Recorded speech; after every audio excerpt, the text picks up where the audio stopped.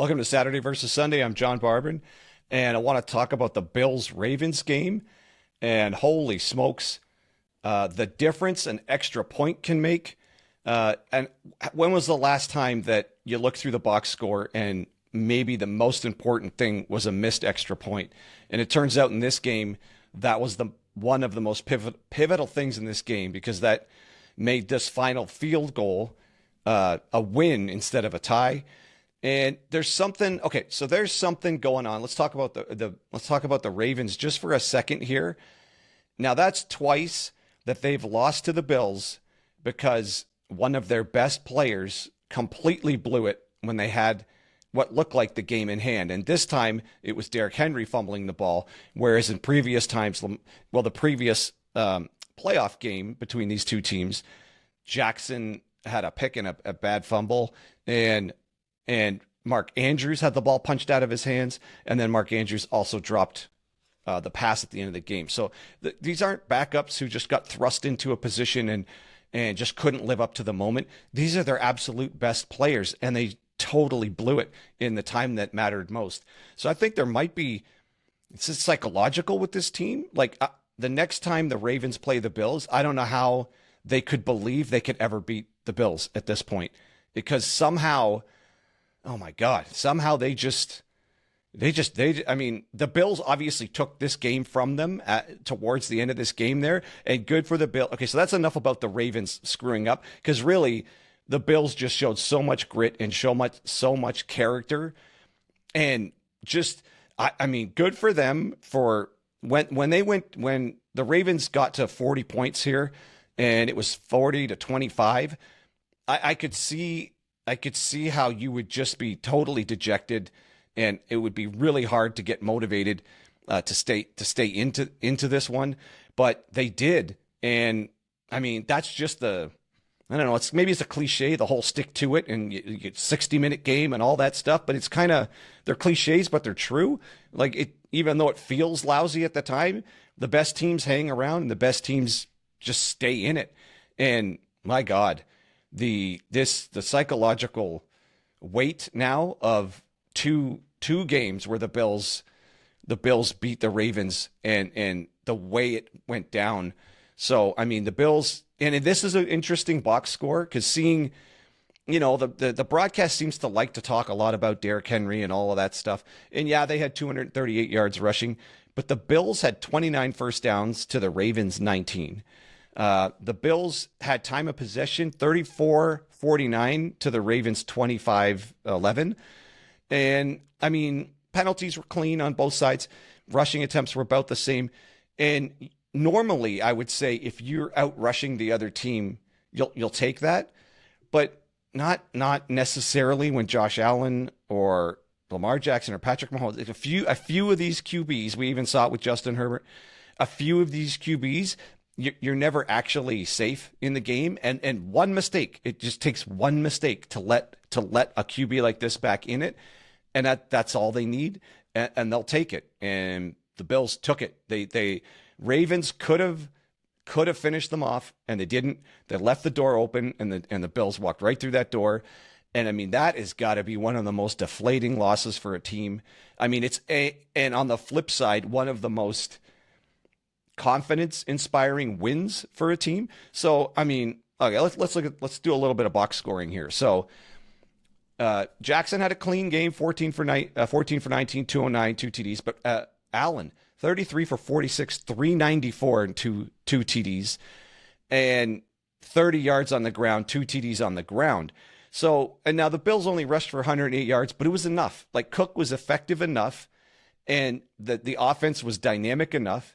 And also the receiving group here. This is another thing. So in the offseason, there was these narratives that the Bills, well, who's the number one receiver and who's he going to throw it to? And there was actually a call-in radio show where the Bills GM would actually talk to the guys on the radio who were ripping on the Bills for not, what are you going to do? You didn't take a receiver a top receiver in the draft, and who's receiver number one? And I thought, well, Shakir's number one. Coleman's a good receiver. This offense put up a ton of points, Who cares that this is the whole everybody eats offense, and it's still the everybody eats offense, and it works just fine. Oh, 9 or 10 different players caught a pass here. Coleman went off. He had 112 yards and a TD, but Shakir had some Palmer and Shakir. So Coleman, Palmer, and Shakir, that would, and I can't leave out Kincaid, and Haas had the one of, I mean, it was by committee. Obviously there were some people who got more catches, but this is a dynamic offense the Bills have that like everybody contributes. There is no one person to take away in the Bills offense. It's just everybody's involved. And that's partly because of Allen. It doesn't really matter who's open. Allen will find the person. As long as these people can catch the ball, he will find them. He will buy time. He sees the whole field. There's no open receiver he misses. If it's there, he'll find him. I mean, Jackson's similar, right? I'm not saying that Allen's the only one that was on that field tonight that could find the open person. Jackson was clearly spreading the ball around too. Zay Flowers went off for 143 yards. Hopkins, I mean, I didn't know he could still do that. That was an outstanding touchdown catch. So, I mean, we're looking at 2 legitimate Super Bowl contenders. That's obvious here. And the big problem here, if you want to call these teams as even as you could possibly get, the best players on the Bills were the best players tonight. The best players on the Ravens, we have to say, were not, for the only reason that Henry kind of undid the great night he was having by having the critical fumble that ended up flipping this game, or at least leaving the door open for the Bills to win this game. And then they walked through the door and won the game. And I mean, that's it. I mean, yeah, Henry rushed for 169 yards, 2 TDs. I'll bet you he'd give all of that back to just not have that fumble. I bet you he just doesn't care at all about his rushing stats or any of that stuff if he just didn't fumble the ball and hand it to the Bills at the time of game, right when the Bills needed it. So it's shocking. It's shocking a team can look that good and just it's just the one mistake. Now, I mean, really, Bills fans, you have to admit it felt really shitty, and that fumble breathed life right back into the Bills. And the other note here, and this was a theme throughout last year for most of the year, is the Ravens' spotty pass defense, and the Bills utterly exposed it again. I mean, they just shredded him in the air. So, I mean, between these two teams, we're gonna assume these are Super Bowl caliber, AFC Championship contending teams, right? We put the Bills, the Ravens, and the Chiefs at the very top of that list. I think we might maybe be looking at the Chargers in that list before the year is done, and we don't know how this season's gonna go. But the Bengals have the other MVP caliber QB in the AFC, so there's some potent offenses with MVP level QBs all over the AFC. But I mean, Jesus, I mean, you got it. Given that fact, the Ravens have a problem here with their pass defense that it seemed as though they fixed by the end of last year. And here it is again, getting shredded for almost 400 yards through the air. I mean, I don't know if you could just on the flip side say, well, the Buffalo Bills gave up 238 yards on the ground, which is true. And Henry, he was kind of getting what he wanted there. But in the end, that's where he had the critical mistake, and the Bills played a clean game. They did not turn the ball over, and God damn it, an extra point, and we one extra point. So this happened in the Chargers-Chiefs game. The missed extra point had the game offset by 2 instead of even, and then that just messed up the Chiefs were in chase mode for the whole rest of the game. It's kind of crazy how one extra point throws off the scoring intervals, and here the extra point mistake and the fumble were two mistakes. One didn't look that bad. The other one was awful that ended up setting the stage for the Bills to take this game. So, I mean, it was a wild game. I don't know if we're going to get a better game. I mean, we're week 1. Can we even think of a game that could possibly be better than this? I mean, I don't know. I mean, I guess it's possible, but this is, no matter what happens for the rest of the season, I think we can say this isn't going to be in the top 5 games of the season. There's just no way it's not going to be. especially given the two teams that are in it too. So, I mean, good for the Bills. Maybe they just have the Ravens number or something like that. But then it seems like the Chiefs also have the Ravens number, at least when it comes to the playoffs. I mean, obviously, people are going to analyze the hell out of this. There's a lot more to talk about.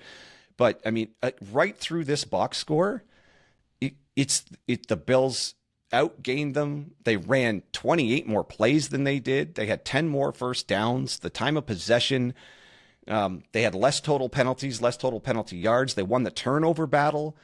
The actually only thing the Ravens had on the Bills here was rushing. And I think, which ironically, but the Bills held the ball for way longer than the Ravens did. So maybe on TV, it looks like the experience of the game feels like the Ravens dominated this game for most of the game. That's kind of how it felt when you watched the game. And then you look at the box score and you're like, Bills have them in every category. There's actually nothing. There's nothing. The Ravens had them in rushing, but everywhere else the Bills had them. So it's kind of that's why the box score is kind of deceiving, because you got to watch the game and you got to feel how the game went. And when it was 40-25, it definitely felt like the Bills were just being overmatched at that point. And the whole cliche four quarter game. And in the fourth quarter, the Bills took advantage of the opportunity that was given to them, and they took the game. And that's another thing. The best teams capitalize on these mistakes. Maybe a weaker team couldn't put that comeback together. I mean, it's a highly improbable comeback, and it requires an MVP caliber quarterback and a team that has a belief that they can complete the comeback. So this win is a huge win for the Bills. Not only that it's a conference win, so somewhere later in the season, this win right here could turn out to be potentially the difference in home field advantage or not in the playoffs. If both of these teams kind of hold serve throughout the year and they're both like dominant throughout the year, and it comes down to maybe the two of them, the Chiefs, I don't know, the Chargers, somebody else, and then we're looking at, well, who's got the tie break even or the win over the other great team, and this could be it right here. This game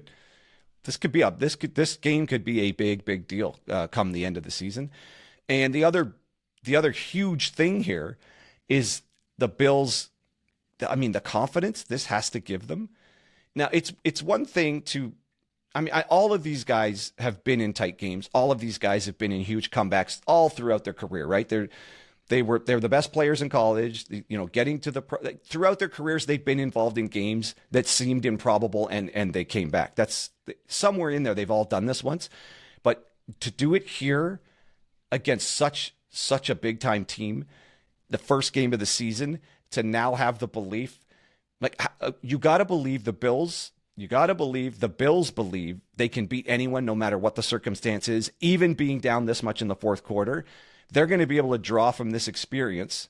This group of guys, as it's constructed with this team right here, is going to be able to look around at everyone in the locker room and be like, yeah, we can do this. No matter what the next game, anywhere in the season, they're going to be able to draw from this win and know it's never over. And we can take a game that feels almost insurmountable. It's just, they're never going to believe they're out of a game now.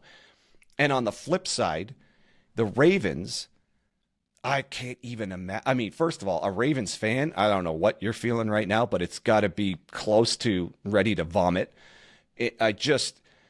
Oh my God, I can't even imagine the high you guys were on at when you were up 15 points in the fourth quarter, and the low of watching it all just vaporize because of one of your best players. And that's the thing. Just like the Bills, or in contrast to the Bills looking around at everyone saying, oh, these guys got my back, I got their back. The Ravens are going to be looking around saying, some of the younger players maybe, like our best player made the critical error that ended up costing us the game, or one of our best. Obviously, maybe Jackson's the best, but you can put Henry up there. He's on his way to the Hall of Fame, for Christ's sakes. And it's just a shitty feeling, obviously, for the players, but for the fans, it's a terrible feeling watching what looked like almost could have been a blowout just disappear in a half a quarter.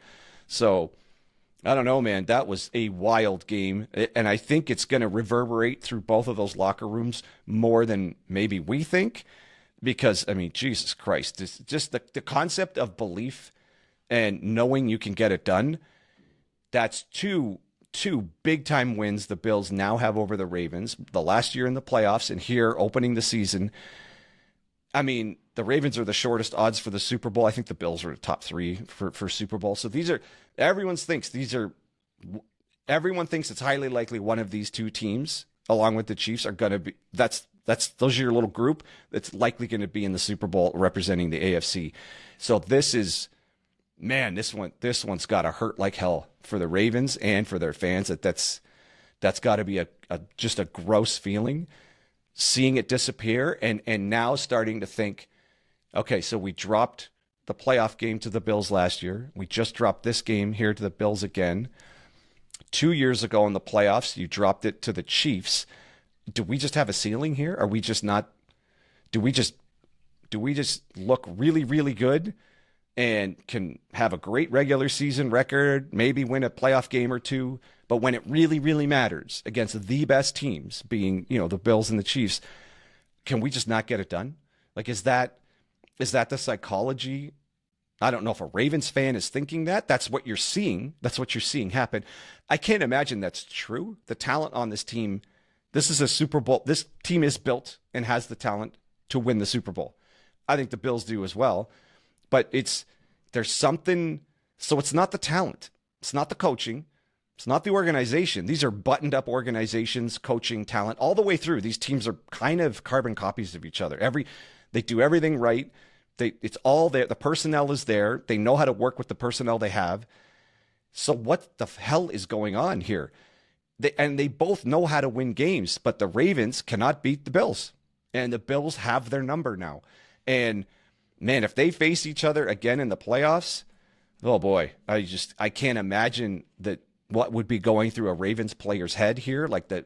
If they would be, I can't see how they wouldn't be having a little bit of doubt, thinking something goes wrong when we play the Bills. That's just what happens against the Bills.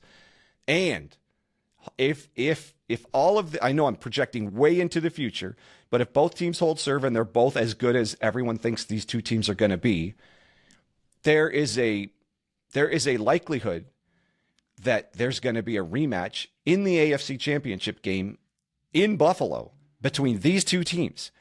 And I highly doubt the Ravens are going to feel great about going back to the stadium where this just happened to them to face Buffalo again. And I think Buffalo is going to have all the confidence in the world facing the Ravens, kind of no matter where they face them. But they've dropped 2 now. The Buffalo's beat them twice at home. The last place Baltimore wants to play them again in the playoffs is in Buffalo. So I don't think I'm overblowing that, because I think both of these teams are going to be there at the end. And unless one of them gets clipped in the playoffs by some other team, if they're headed for a collision course in the playoffs, it's just going to be just an unbelievable game. And it's advantage Buffalo now. It's psychological. If it isn't, I don't think it's a skill advantage. I don't think it's a coaching advantage. I don't think it's any of that stuff. But psychological advantage, 100% Bills. Like this, they're going to go into this next meeting with a stronger belief that they're going to come out of that with the win. And now the Ravens are going to, if these teams play again, the Ravens are going to be going into that game thinking, are we going to get this done? Because we just couldn't the last 2 times, and this team has our number.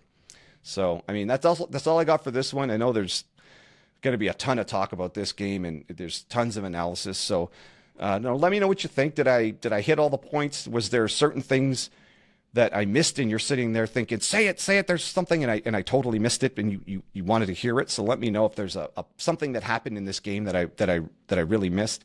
Also, if you're still here watching, I super appreciate it. I know my channel is tiny here, so I just started it last year, so I'm getting a little bit better at it, but obviously I could learn a bit more. So any feedback on how I'm doing here, that would be great too, or something. If you're here and still watching, something you'd like me to do during the show, like some kind of research that would be enhance the show, that'd be great too. Or if you are a hardcore fan of a team, by all means, send me your insights. I'm totally appreciative when a fan of a team who's just paying so much more detailed attention to that team than I can possibly do, because I try to cover. I mean, I cover both pro and college, right? So there's a lot of teams to cover. So as you can imagine, I don't have I can't get as deep as a hardcore fan can get, but I totally appreciate it if you want to give me some insights, and I can add it into the to the show here. And you know, if you do like it, maybe a subscribe, maybe share with somebody who you think likes what I got going on here, but you know, only if you like it. But other than that, whew, what a game, what a start to the NFL season. All right, we'll catch you later.